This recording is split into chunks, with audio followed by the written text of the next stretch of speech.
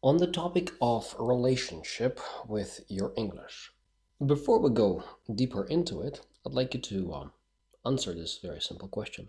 When you listen to this question, what is your relationship to English? What do you think of? What comes to mind? What associations might you hear, feel, notice, recognize? Some thoughts that would come to your head the moment you hear it. What is your own relationship with English? You can stop the recording, give yourself some time to think out loud in your own language, or in English if you like, it's up to you. Give yourself that time, and let's continue. So, one of my podcast listeners said, it's the judgment element. That's what came to him. And it's something that I'd like to address. So, before we go deeper into it, I would like you to sit back and think with me out loud. You are an adult, you have been learning English for quite some time, you are professional in your native language. Yet, when you switch to English, you become somebody else. You tell me, Anatoly, I disappear. Anatoly, I go silent. Anatoly, I become someone else. And I tell you, it's simply a student version of yourself that shows up when you switch languages. You can look for yourself. If you analyze what you are like in your mother tongue language and you listen to yourself when you communicate in English, just do it right now with me. It's the second piece of exercise I'm gifting you, because the first one was to answer the question, right? What is your relationship to English? Your own one. Right? The second piece, it's this. When you imagine yourself communicating your mother tongue, and when you imagine yourself communicate in English, what's different between the two versions? How different are you? How different are you feeling when you are communicating? What thoughts do you have while you are communicating? So imagine watching from a side. There are two screens, right? The one screen, it's you communicating in your mother tongue, self, way, caring, sharp, authoritative, whatever way you describe yourself. And there is another TV screen, and you see yourself communicating in English. What's different? When you look into the head of each person, when they communicate in different languages, what do they think about themselves when they communicate? Let's say one in English. What thoughts do they have? I know it's something like, I'm not qualified. Am I using, should I be using this word over that word? Is this how I'm supposed to say this? Is this how native people would say that? They would go, oh boy, what is my pronunciation like? Do you feel that? There are more, a lot more, right? Comparison, self beating up, losing status is a big one. Imagine you'd have other people, colleagues, your bosses, they, they may be looking at you while you're communicating in English. And imagine what you feel like when you're doing this. Let me grab a little bit of a tea for me. I'm drinking Chinese tea. Dark, black, rich in flavor.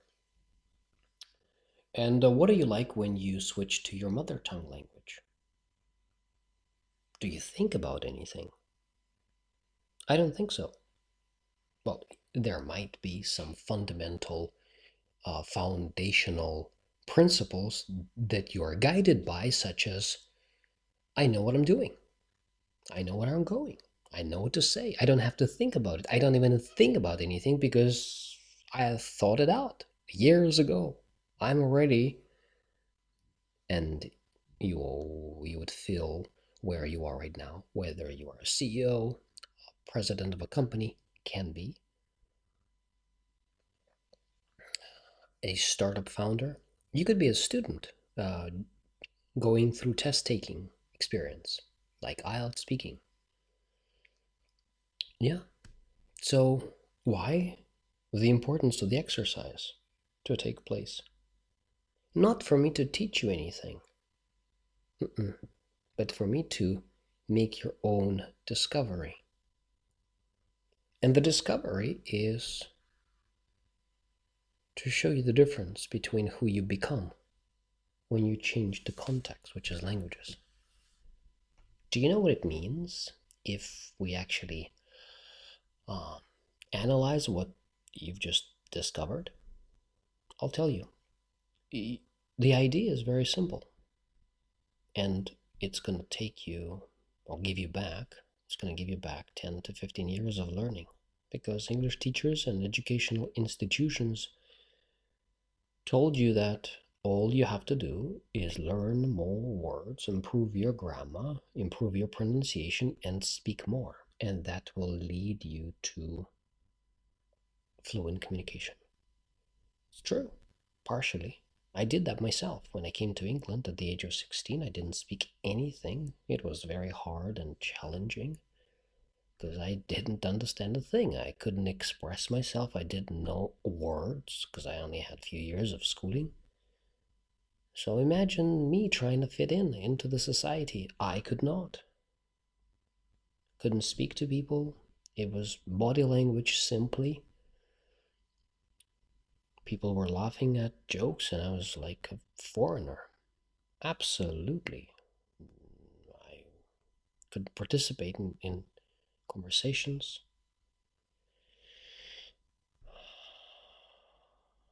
And so I have my own interpretation of what teachers say because I happen to see it from the inside out. And then I went to train and coach over 20,000 people from 70 countries to speak better, to be more themselves, to be more confident, to articulate their ideas with more clarity.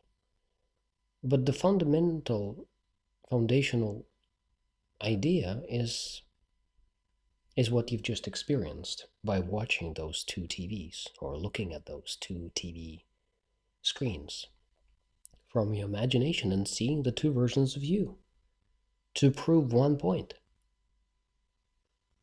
There is something that you think about yourself when you speak English, and there is something that you don't think when you speak in Italian, Russian, Chinese, German, etc.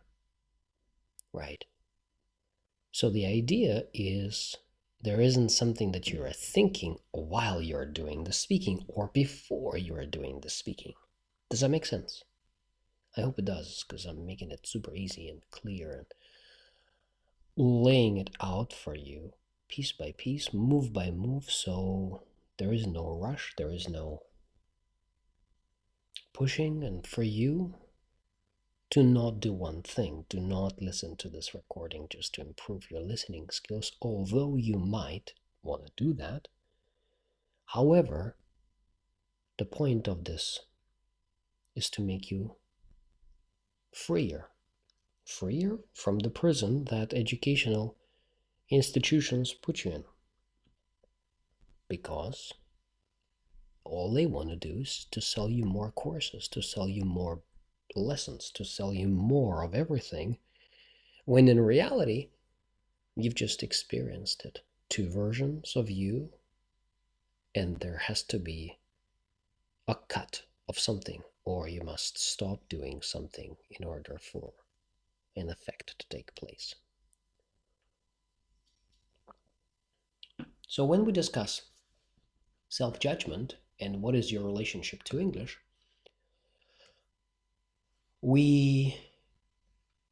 let's get into it. Let's get into it, and let's start with the first one, and we'll get to the frustration element, the judgment. Sorry, the judgment. So to start off with, when we're talking about your relationship with English, what came to mind? Some ideas are, um, what do I look like when I speak? How do I see myself when I speak?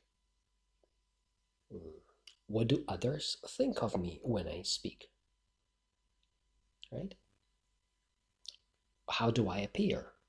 Credible, professional, or like a junior type of thing? Or do I actually project myself correctly, whatever it may mean for you? So your relationship to English is, it's really at the end of the day, it's how you see yourself in English, how you see your English. It's basically what you think about your performance. And some of you might go, well, my performance is pretty poor. I don't have fancy words that I should be using. My pronunciation is whatever it is that you are thinking about. My logic is different, non-native. I don't appear, right, when I communicate to be close to a native level. Right? These are all of your thoughts. I know it because I've trained, so many people. Like I said, over 20,000 in 10 years plus. So what you are experiencing is certain states, right? And so that state then, it's causing you to shift. Look, look back to those TVs in your imagination. See them, right? One native self communicating, the other one you communicating in English. Before you had a switch from a native self to the English self, what happened? There must be some kind of step you take before you change. You might say, sure, a context. You'll say, well, actually, I'm changing a context, right? From one English to another. Sure. Let's imagine you do the switch, right? Let's imagine you switch from your mother tongue self to your native self, from your mother tongue self to English self, right? And there are states or thoughts or a certain relationship that you have with English, which is there are certain ideas that you have about your English. And what you do, you turn them on. I want you to go back and see the mother tongue self you communicating in your native language. Do you have any hesitation, block, doubt, worry, any concern, or you are stuck at saying something, or you are even thinking about your performance in your own language? Do you have anything in your head when you communicate in your mother tongue language? You can comment in the comment section here. I'd love to hear your thoughts. Please do. It's important because I get to see your progress and I get to see how my performance is. Because you might not be aware, but this is the change. This is called a conversational change. You're listening to me, you're paying attention, and I help you to take you through certain steps, and the discovery is that you think in a new way. I change your lens, I change your perspective, I change the way you look at your English, and that's my intention for you. Something that 99.9% of all teachers and educational institutions are not doing because they're not qualified to do it, because their goal is to help you to improve hard skills. I love these people, they're brilliant, but what they're doing is not something that you need to achieve after X amount of years of learning English because you still feel upset, dissatisfied about the way you communicate. That's why you're here listening to me. Going back to the TV screen scene, right? And then there is a switch to the English you. Okay. And then you turn on all of your ideas and thoughts in relationship with your English. Correct? And see what's changing. You're beginning to communicate, but at the same time, you have a lot of these thoughts inside your head that communicate inside your head while you are communicating in English. And even before you even open your mouth. So that's why you don't open your mouth, because you are so terrified or worried to speak. Can you see what's happening? So when you switch to English, basically you have a lot of voices in your head talking to you, your own product of imagination, your own ideas about your English. They're getting turned on while you're speaking English. Imagine the quality of your message. Imagine the quality of your communication to people. Imagine how others will feel when listening to you. And I say the word feeling because, hey, a lot of my clients are vice presidents and CEOs of companies, and they are feeling people. They will not tell you this, but what they have developed across the years, because of the experience, they don't think. They listen to their intuition, they listen to their gut, they listen to their instinct, they listen to their inner, only known to themselves voice. And it makes them feel a certain way, and then they start rationalizing and deciding. But the foundational thing, it's how they feel. Right? And so when you communicate in English, when there are a lot of voices are happening inside your head, and there are your bosses are listening to you and they're feeling people, they go, well, even though this person, Jenny or James, said something well, right? They were pretty rational, right? The words they used were clear. I understood what they said, but for some reason, I didn't feel whatever I needed to feel as a boss.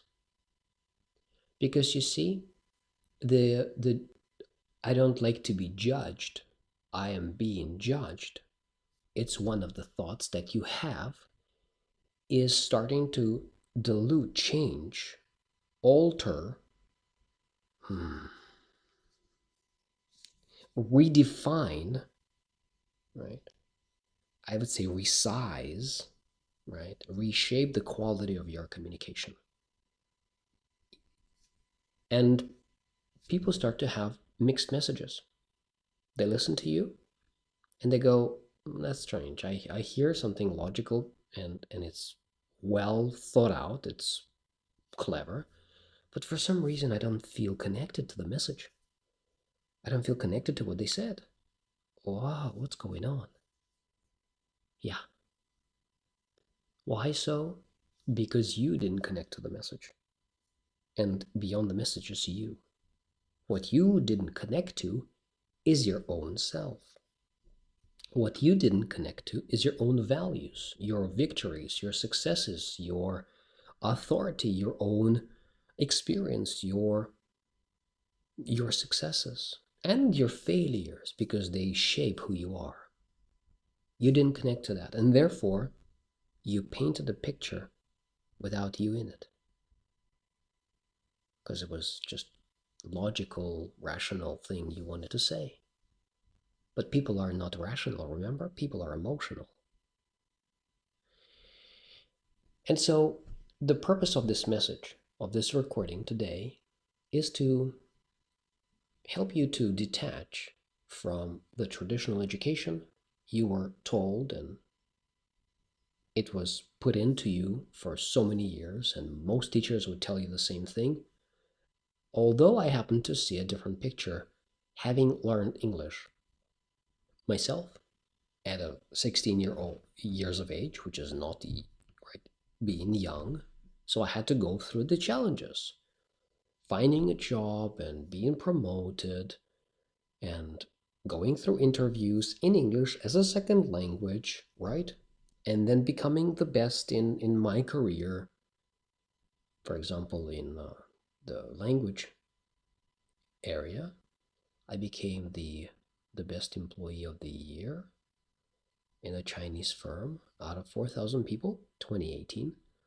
And 2022, italki top 1% out of 7,000 people.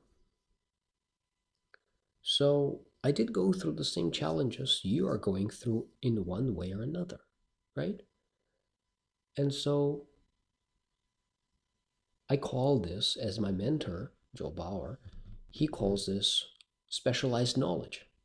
So the knowledge, the ideas that I have here for you and across my career is they came from guessing and testing and seeing what works and what doesn't. And it's up to you now to play with it and in short time inject it in your day-to-day communication to see those two TV screens, you in your mother tongue language, you in English, and start noticing what things you have inside your head, what thoughts you have inside your head, what feelings you have while you're communicating, to discover it has nothing to do with the vocabulary or grammar or pronunciation or speaking. It's to do with self-acceptance. It's to do with appreciating your journey, is to not continue to go and learn for the next 5 to 10 years because this is the only answer they give you, but to really stop and say, wait a minute, there's something else that is taking place. And today, through this introductory recording of my 5-day challenge, it's to do with the relationship to your English. I still feel like calling it 5 moves to speak English challenge, your relationship with English. I'm still choosing the name.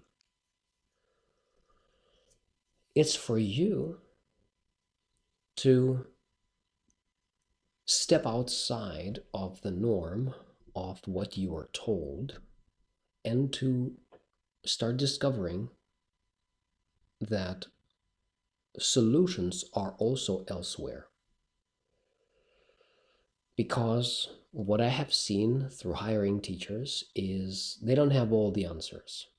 Someone who says they do, they might have half of the answer because it's just the way it is.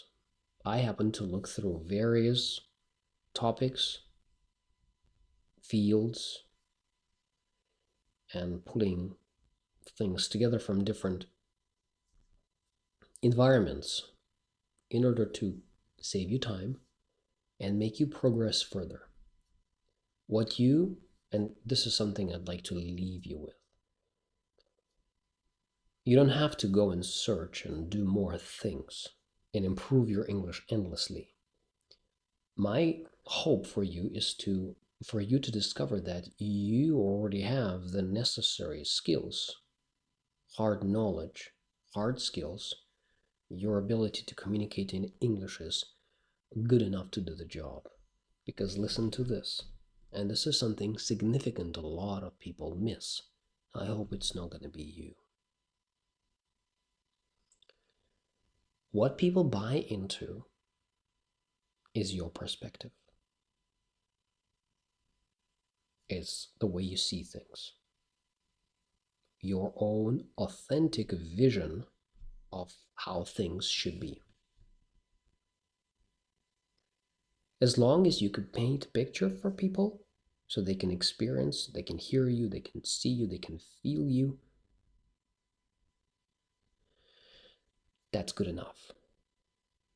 And yes, if you have to learn some technical knowledge around your subject, you should, right? Because it's the jargon you are using to communicate in your field. Of course, you should do that, of course. And the main idea is you already have everything you need to communicate, and people are investing, buying, listening to your perspective.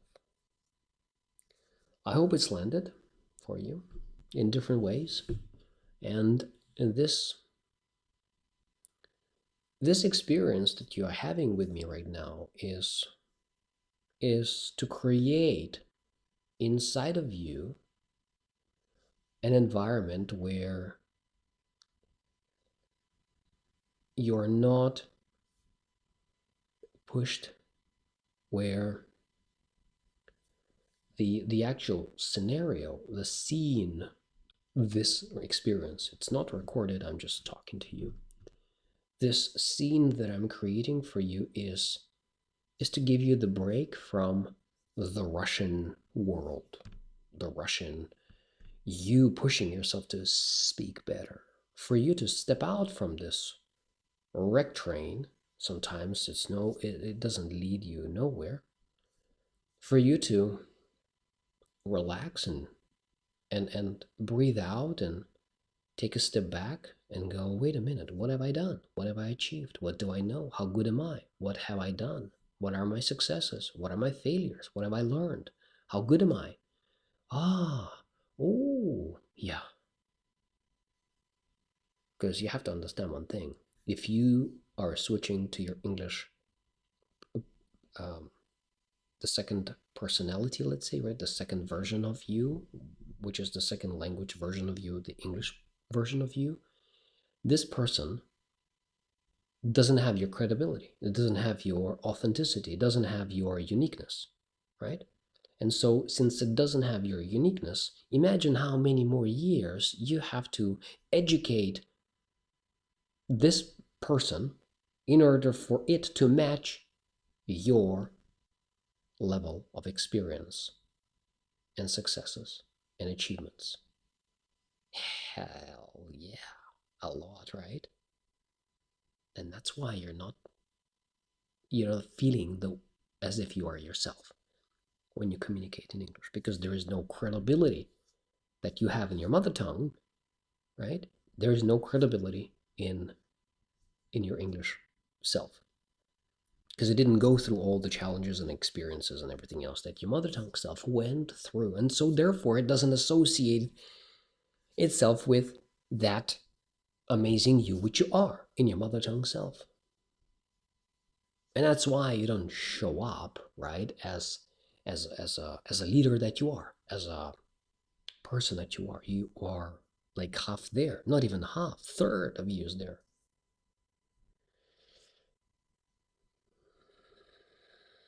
And so the way that I talk, the way that I have you experience this is somewhat a meditative process, right? Because the goal is for you to, in between pauses that I create, is for you to acknowledge that you might well have everything you need. People do buy into your authenticity and your unique vision in your own DNA, right? Which you are able to feel inside of you, the state through which you are speaking. And that's something that we'll be addressing in further discussions together. And so do let me know how you felt. Do let me know the discoveries you made. You can send me a message to my Telegram. It's in the description. If you want to work with me, if you want to finally end the forever learning track, right? We are all, as language learners, told about, right? in order for you to finally actually enjoy the quality of your communication, because you are finally embracing and making yourself feel whole, because it's the wholeness you are striving for, not being half you, half English version of you, and what the hell is going on, right? Good. All right. If you have some thoughts after, during this podcast, what I want you to do, I want you to write them down in your notepad in order to fix this state, discoveries, into something tangible, physical, so you can go back to it. Because it's something that might be something that you've never heard of before, because it's super specialized and it's super authentic based on my vision. And it's something that I have gone through myself, kept on stepping outside of my own way of thinking, and recalibrated and changed and improved myself every time. So flexibility and having an empty cup is the skill. Of course, you will always be blessed by if you have this, because you just can continue to expand using this. All right, stay in touch. Let me know how useful was this. Share it with someone that you know will benefit by, and let me know if you'd like to participate in the next challenge, where together I'll be with you, guiding you. We'll go through the steps to help you feel emotional freedom, because now you know that you have everything you need to communicate.